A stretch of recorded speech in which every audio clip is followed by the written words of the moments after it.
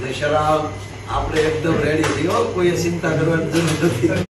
તો હેલો મિત્રો નમસ્કાર. તો આપણે વિડીયો લઈને આવી ગયા છીએ. તો આપણે વિડીયો વિશે વાત કરવાની છે. તો હાલ આ ક્લિપ સોશિયલ મીડિયા પર ખૂબ જ વાયરલ થઈ રહી છે. તો ક્લિપ વિશે ચર્ચા કરવા જઈ રહ્યા છીએ, પણ એ પહેલાં તમે નવા હોય તમારી ચેનલ સબસ્ક્રાઈબર કરી લેજો. તેથી કરી આવા વિડીયો હું તમારા માટે લાવતો હોઉં છું દોસ્તો. તો દોસ્તો તમને ખબર હતી કે માયાભાઈ આહિરની તબિયત બગડી હતી દોસ્તો. ત્યાર પછી આમ મેસેજ એમ કહેવાય છે કે ચાહકો માટે છે માયાભાઈ આહિર બોલ્યા છે.